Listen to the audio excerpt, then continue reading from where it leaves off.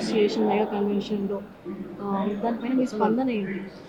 తెలంగాణ రాష్ట్ర ఏర్పాటు కళ నెరవేరిన తర్వాత కూడా ఇంకా ఈ లెగసీని కంటిన్యూ చేస్తూ జీటీఏ చేస్తున్నటువంటి ప్రయత్నాన్ని నేను మనస్ఫూర్తిగా అభినందిస్తా ఉన్నా. మరి ముఖ్యంగా యోయో టీవీ మీడియా పార్ట్నర్గా ఉంటూ ఈరోజు అద్భుతమైనటువంటి ప్రయత్నం సమాజానికి తెలియపరిచేటువంటి చేస్తూ ఉన్నారు. కాబట్టి మల్లారెడ్డి గారిని, అభిషేక్ రెడ్డి గారిని, వారి యాజమాన్యాన్ని, అదేవిధంగా సిబ్బందిని అందరినీ కూడా నేను మనస్ఫూర్తిగా అభినందిస్తా ఉన్నా.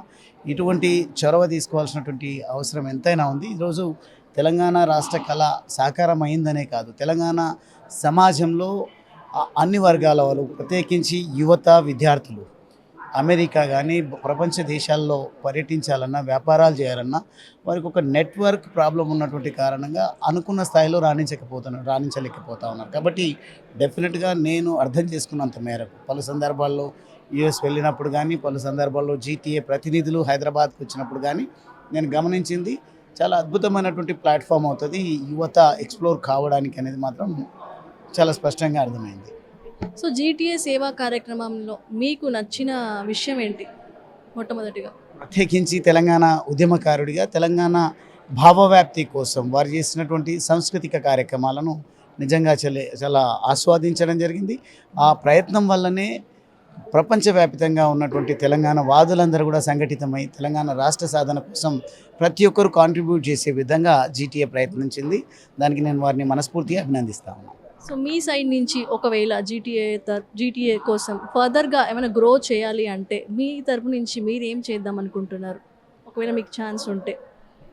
తెలంగాణ ప్రజల ప్రతినిధిగా, తెలంగాణ ప్రజల వారధిగా నా వంతు ప్రయత్నంగా జీటీఏను, అదేవిధంగా తెలంగాణ సమాజంలో వివిధ రంగాల్లో రాణించాలనే సంకల్పం ఉన్నటువంటి ప్రతి ఒక్కరిని కూడా కనెక్ట్ చేస్తూ వారికి ఒక వారధిగా నా వంతు పాత్ర పోషించి అద్భుతమైనటువంటి వేదిక జీటీఏ అని చాటి చెప్పేటువంటి ప్రయత్నం నేను చేస్తాను.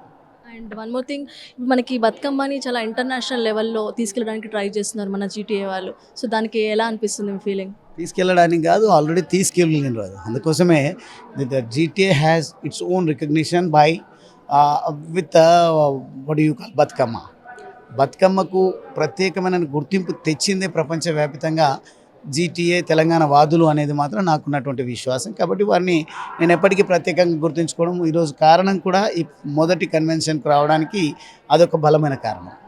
అండ్ స్పెషల్లీ ఇన్ని కంట్రీస్ ముందుకు వచ్చి మన తెలంగాణ దాంట్లో స్పెషల్గా పార్ట్ అయ్యారు కదా, సో దానికి ఎలా అనిపిస్తుంది మీ వాటలో?